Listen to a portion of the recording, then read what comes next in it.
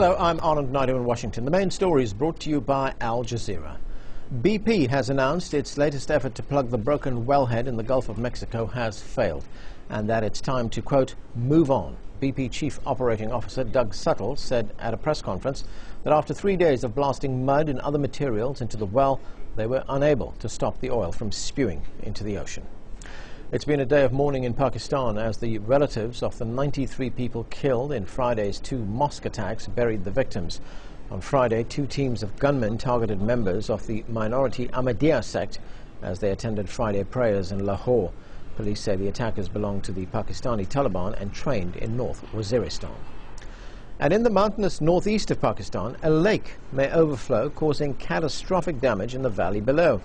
Hunza Lake was formed by a landslide after rain and water from melting glaciers raised the water level.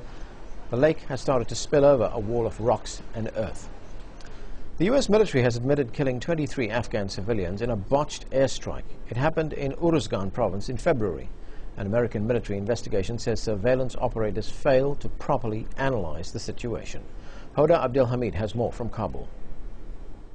At the time, coalition forces here said that they were targeting some Taliban fighters who were trying to cross from the Uruzgan province to the Helmand province to join the fight in Marja. That happened while the operation in Marja was undergoing. Now, this new report that just was released to the media today says that actually there was a lack of intelligence, that the people on the ground, the coalition forces on the ground, failed in figuring out who was in this convoy.